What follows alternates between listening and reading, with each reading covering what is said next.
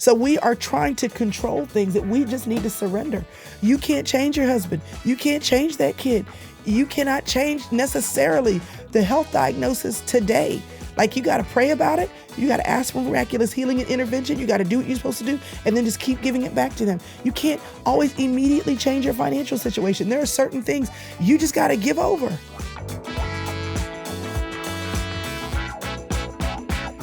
Y'all, Inside Out 2 threw me for a whole loop. If you have not seen that movie, you should see that movie. If you haven't seen Inside Out 1, watch Inside Out 1 before you watch Inside Out 2. But I'm so grateful that we can have basically like 3 to 6 months worth of therapy in 2 movies and only pay under $20 for it. If you have not seen 1 and 2, go see them both. But in Inside Out 2, y'all, anxiety was losing her mind. And there's this scene where she, because of anxiety, wants to control everything. And her control spins out of control. So much so that she is spinning and can't stop the spinning. She just is going in figure eights and she can't stop. And everybody outside of her is looking at like, oh my gosh, she's having a whole experience. And she cannot stop herself. And we're going to have to intervene.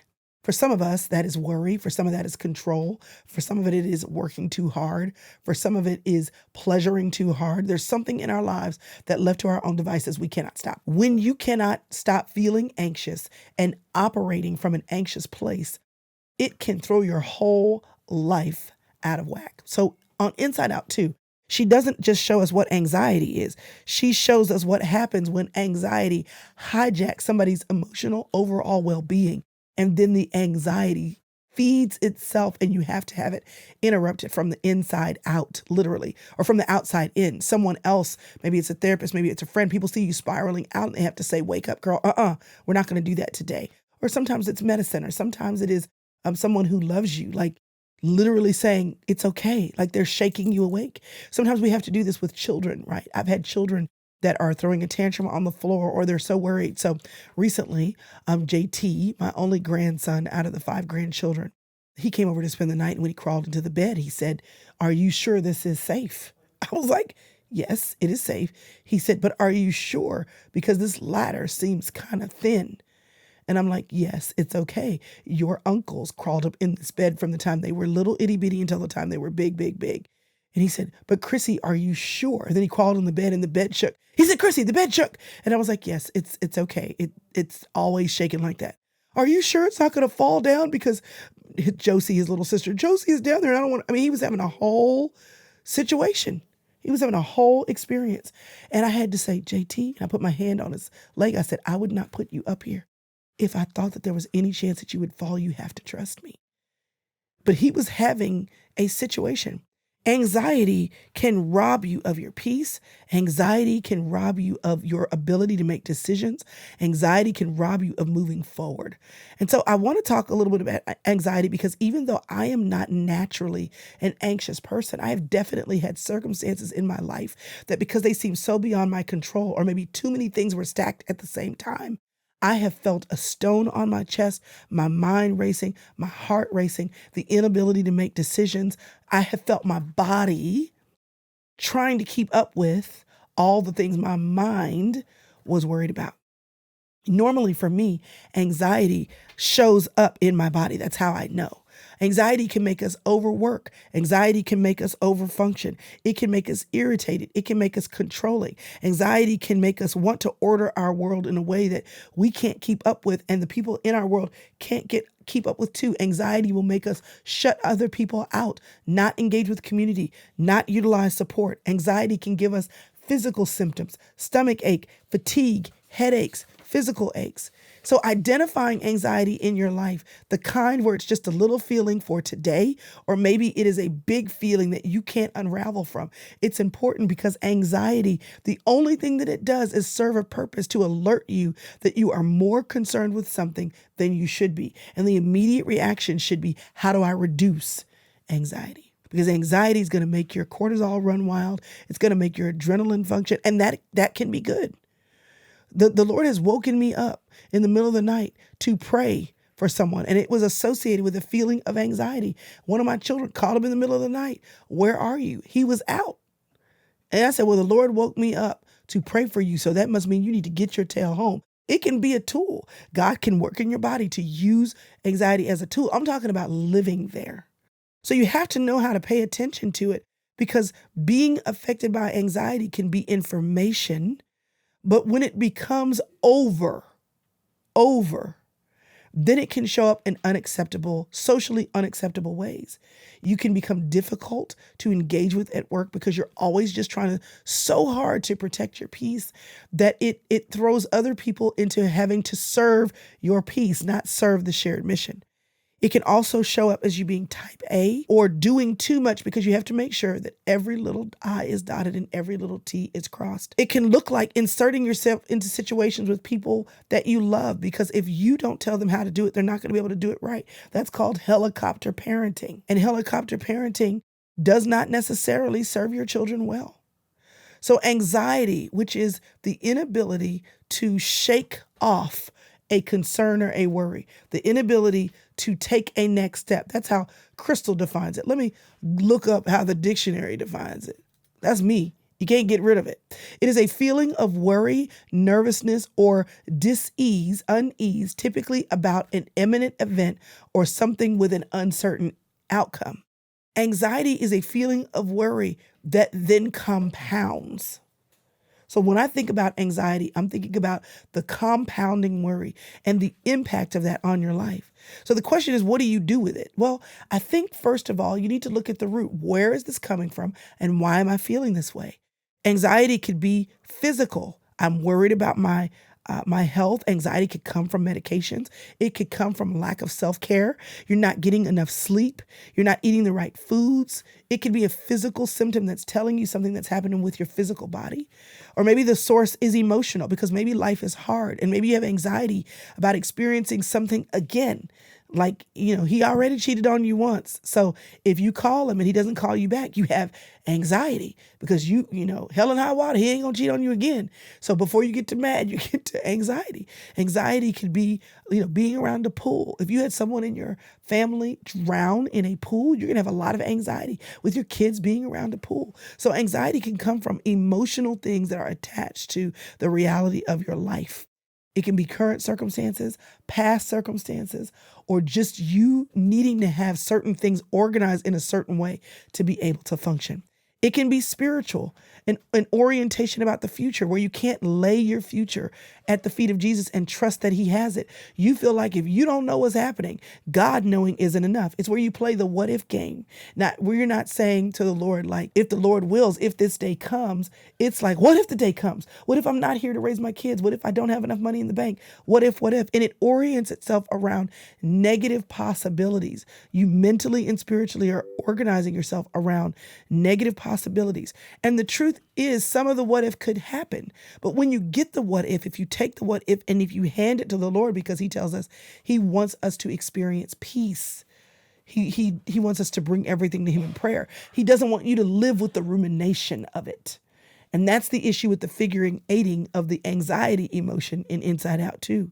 She didn't just feel it. She then had to control every little thing or she was going to lose her mind. So giving God your anxiety, no matter where it comes from, is always going to be a part of the solution.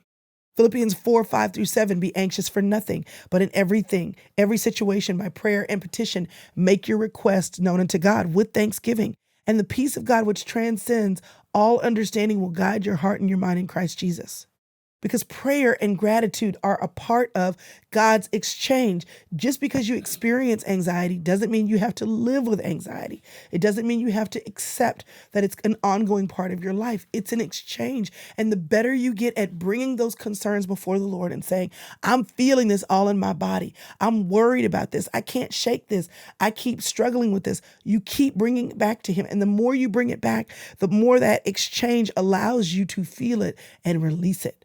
Prayer allows you to express your fears and concerns and your needs to God and ask for his help. And gratitude helps to steer your focus on the gifts he's already given you. And this exchange sets you up for a better experience with whatever you happen to be worried about.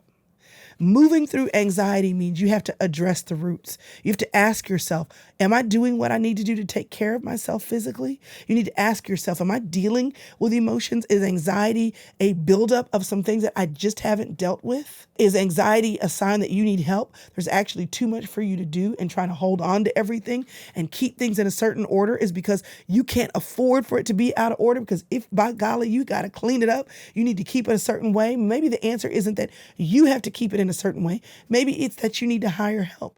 Maybe it's certain things just don't get done. Anxiety will ruin your life because it will take everything that's going to already come at you and it will send it to you at 120 miles an hour unnecessarily. You're worried about it before it gets there. And your body is absorbing all of that concern. And your body is not designed to live that way. So if you don't forcefully and intentionally make that exchange, I'm worried about this, Lord. I'm still worried about this. Can you help me with this? Can you give me a scripture that brings you peace? I'm going to talk about this and ask other people to pray for me. If you're not exchanging that worry, it shortcuts your life. And in Inside Out 2, that's what they were so worried about, was the shortcutting of the young human girl's life because she wasn't able to make an exchange. So my encouragement for you today is to not allow anxiety to take control, to allow it to put you in a cycle of fear and thinking, to exchange for what God offers and let him exchange for you to have peace for the anxiety that he wants you to give him. Now, again, this may not be a one-time deal, and often for me, it's not. Anxiety is, every 10 minutes sometimes.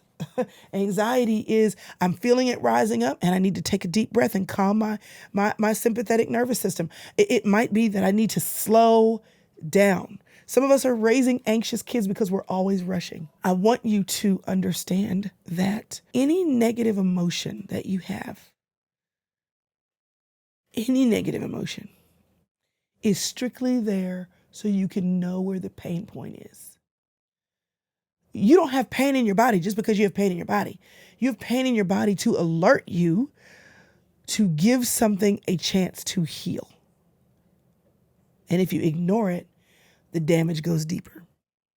Anxiety is the same way. It just is supposed to let you know there's something that I need to heal. But for you to live there constantly, you need to figure it out. Melanie Walker, one of our Inner Circle members, said in our chat, 2024 was one of my most anxious years ever, and that resonated with me.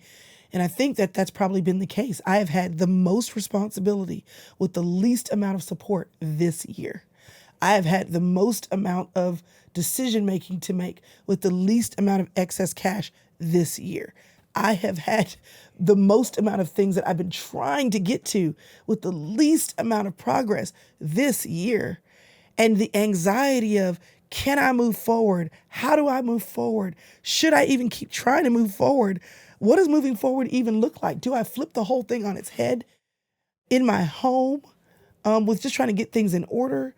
I'm like, my mother has been gone for 5 years and there are still some things I should have done that I haven't done. Feeling behind gives me a great sense of anxiety. And I've walked with that every day of this year. And I have had to remind myself of a few things, but one thing most importantly, my God owns a cattle on 1,000 hills. Whatever I need, he can supply. I've had to keep telling myself that over and over again. And he's like a good father, and a good father won't give his son a stone if he asks for fish. My God is a good father who's a God of abundance, who likes to give to me. I got to work. I got to obey. I've got to prioritize his kingdom. But he is invested in partnering with me in my life. It's not about me, but as I work to give him glory, that glory sure does coat me in good. And I've had to many times just lay in bed a little longer. I've had to many times sit in my car for a little bit. Many times I've just had to lay there and breathe. I've needed to journal. I've needed to throw up. I've needed to talk. I've needed to ask for wise counsel. I've needed to go get a doggone massage and just practice releasing. because anxiety is not supposed to be a ball of figure eights going off in your system all the time. And I know so many of us are disposed at varying depths to anxiety, but I'm saying if anxiety is where you're living in Inside Out 2, she needed external interruption to break the cycle. And the best way that I know for you to break the cycle with external interruption is find somebody to pray with. Get on the phone every morning, do a prayer call, the old school prayer call, or once a week and say, I need prayer to give this back to the Lord again. We have in the inner circle, y'all, we have a prayer group. We have a spiritual growth group so people can study their word. We have a prayer group so you can come and get it off your chest. You just need to say, y'all, I ask for prayer for this every day. Can somebody pray for me? I need prayer. We are walking through and studying through, Priscilla's book at church. But y'all, a lot of it is that we haven't done this. We haven't surrendered. So we are trying to control things that we just need to surrender. You can't change your husband. You can't change that kid. You cannot change necessarily the health diagnosis today. Like, you got to pray about it. You got to ask for miraculous healing and intervention. You got to do what you're supposed to do and then just keep giving it back to them. You can't always immediately change your financial situation. There are certain things you just got to give over, because if you keep doing this, things are going to blow. You're going to shave years off of your life. You're going to give yourself a migraine. You're not going to be a good person to be around.